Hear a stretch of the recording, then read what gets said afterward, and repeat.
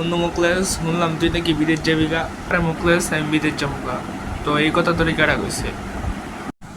কিরে সরর ফুটছুরা, তুইও নাকি বিদেশ যাবি গা? এনে আমরা দুজন কথা কইতাছি, তুই আমার বাপের নাম তুই লিখে রে। তোর নাম সরর ফুটছুরা না, তোর নাম মুকলেশ। আগে একটা কথা হন।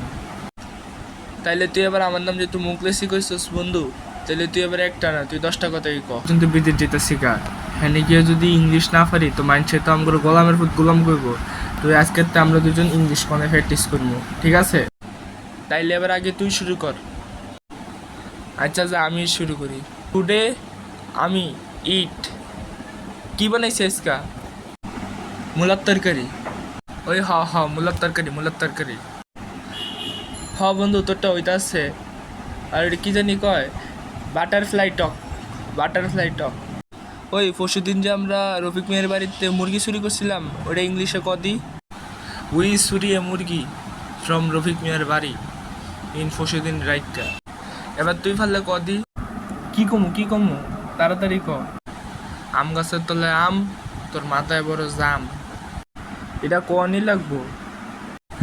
এটাই তোর কন লাগবো।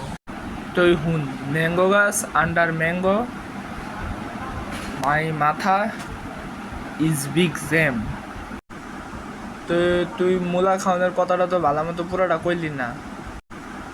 তো তুই মূলা খাওয়ানোর কথাটা তো ভালো মতো পুরোটা কইলি না। আচ্ছা দাঁড়া, হেটা পুরাটা কইতাছি। আমি ইট মূলার তরকারি।